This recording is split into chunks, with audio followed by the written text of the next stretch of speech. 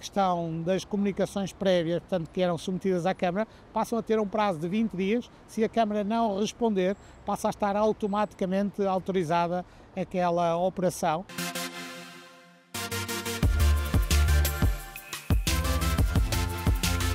Olá a todos, espero que estejam muito bem desse lado. Hoje trazemos a segunda parte do vídeo sobre o Decreto-Lei número 10 de 2024, que é mais simples a explicar como sendo o Decreto-Lei que traz um simplex à habitação. Foi integrado no pacote Mais Habitação. Grande parte do pacote foi chumbado na altura pelo Presidente da República, mas esta vertente do simplex à habitação foi na altura aprovado e foi agora publicado no dia 8 de janeiro. Há um conjunto grande de medidas que já estão em implementação, fundamentalmente do ponto de vista até mais processual, e há um calendário previsto de um conjunto de medidas que, se conseguirmos ter a capacidade de os implementar, serão muito significativos para este setor, principalmente do ponto de vista de prazos. E se no primeiro vídeo falamos um bocadinho sobre a alteração que houve na parte do licenciamento e na parte mais burocrática, hoje vamos detalhar ainda mais alguns aspectos sobre, por exemplo, a questão dos prazos e sobre, fundamentalmente, aquilo que o organismo central tentou regular junto das mais de 300 autarquias da cidade do país, e que serão muito importantes do ponto de vista de agilidade, pelo menos do meu ponto de vista. Uma das questões tem a ver com a contagem dos prazos. Se antigamente, quando submetíamos um projeto à Câmara e depois era necessária a consulta de entidades, primeiro a Câmara pronunciava-se e depois as entidades é que se iam pronunciar, neste momento os dois processos decorrem em paralelo e, portanto, a Câmara e as entidades, por exemplo, os bombeiros, podem se pronunciar sobre o projeto que foi introduzido inicialmente junto da Câmara. Um segundo aspecto é que os prazos que estão definidos em termos de lei para que as entidades e a autarquia se possam pronunciar correm a partir do momento da entrada do processo, e este prazo não é suspenso a não ser que o requerente, portanto quem submeteu o processo, não responda num prazo de 10 dias à solicitação das câmaras. E, por outro lado, as câmaras não podem também fazer vários pedidos de informação adicional, portanto têm que concentrar esse pedido numa única vez. Portanto, as dúvidas que tiverem têm que fazer uma análise integral de todas as suas dúvidas em todas as suas vertentes, para depois colocarem ao técnico, neste caso ao arquiteto que submeteu o projeto, todas as dúvidas que sejam levantadas por esse processo. E, portanto, desta forma, se houver a capacidade de implementar, e esta é uma grande dúvida, teremos os processos com uma agilidade em termos de apreciação muitíssimo grande. Por outro lado, houve a preocupação de retirar alguma burocracia do ponto de vista das câmaras, nomeadamente a questão das comunicações prévias, portanto, que eram submetidas à Câmara, passam a ter um prazo de 20 dias. Se a Câmara não responder, passa a estar automaticamente autorizada aquela operação. E, portanto, funciona um pouco como os direitos de preferência, em que a Câmara tem esse conhecimento da venda de um determinado imóvel e, se não responder no prazo de 10 dias, a venda pode-se realizar. Portanto, não é exercido esse direito de preferência, mas não é obrigatória a comunicação da Câmara e, portanto, isto vai agilizar um pouco mais e vai tirar alguma burocracia da parte da Câmara. Um outro aspecto é, por exemplo, o prazo de validade dos pedidos de informação prévio. Portanto, quem tem um terreno para construção e tem dúvidas ou quer ter a certeza daquilo que é possível lá construir, submete à Câmara um pedido de informação prévio. E esse pedido de informação prévio tinha a validade de 1 ano.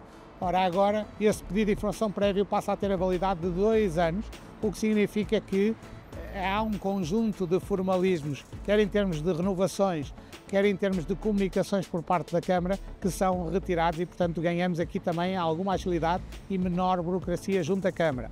Um terceiro aspecto é que os projetos tinham sempre uma apreciação técnica, portanto, por parte dos arquitetos e da equipe técnica da Câmara, e depois a comunicação e a aprovação tinha que sempre passar pelo vereador ou pelo próprio Presidente da Câmara. E hoje em dia há a possibilidade de o Presidente ou o vereador delegarem poderes junto da sua equipe técnica para que um conjunto de operações urbanísticas relativamente simples possam efetivamente ser autorizadas por por esse técnico e não tenha, no fundo, que passar de secretário em secretária e, portanto, consumir aqui mais algum tempo nos licenciamentos.